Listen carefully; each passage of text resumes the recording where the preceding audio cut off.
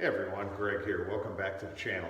In this video, I'm going to discuss side sway. Now, I've talked a little bit about it in a previous video, and what I mentioned, if you've got extensive damage side sway, you need to loosen up the cradle or remove the rebar.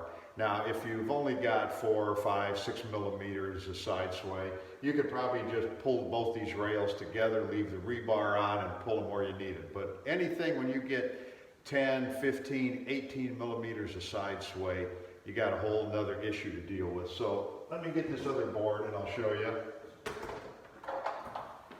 Now when you get a lot more side sway, like I said, 15 millimeters up in that area, what it's going to do, say you got impact from the left side, drove everything to the right.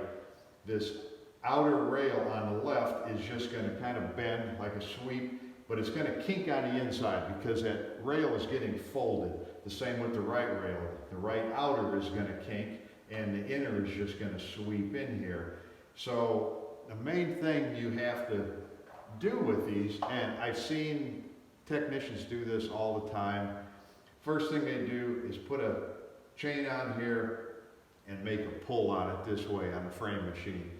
And what happens, this area here is work hardened from being bent.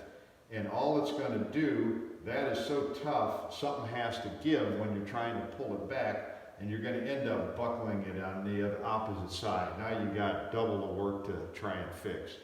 So let me explain this a little bit different here.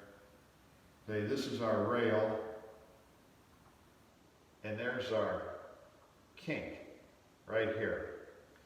Now this isn't just one kink in the rail.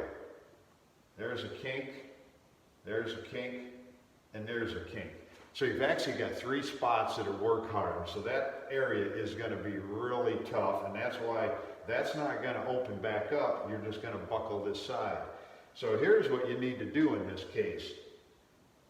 The first pull you want to make, and you want to grab the section of the frame rail that has the main kink, which is out here, and you want to pull forward for length to unfold that kink, and then you're going to pull closer to your center line with minimal pull here. This forward pull is what is going to do most of the work to get this kink out of here.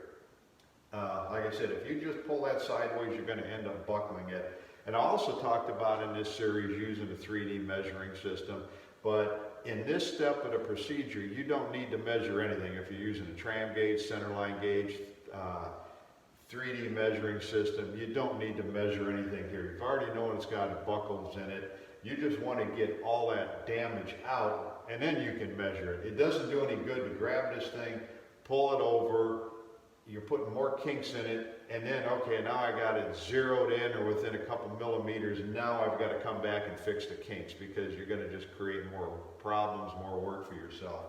So if you start stretching on this rail, what it'll do, once this starts unfolding in this area, this rail will start relaxing and come back more to center.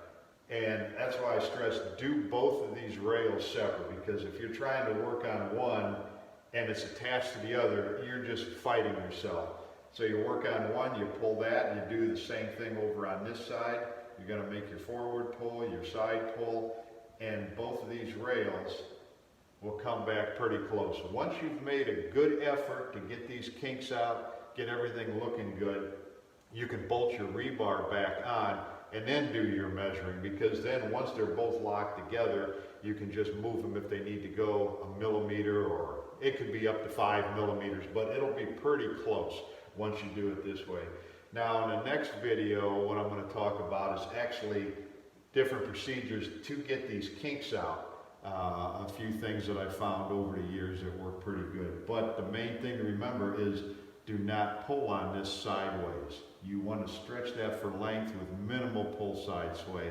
So next time you've got something on a frame rack, try it, see how it works for you.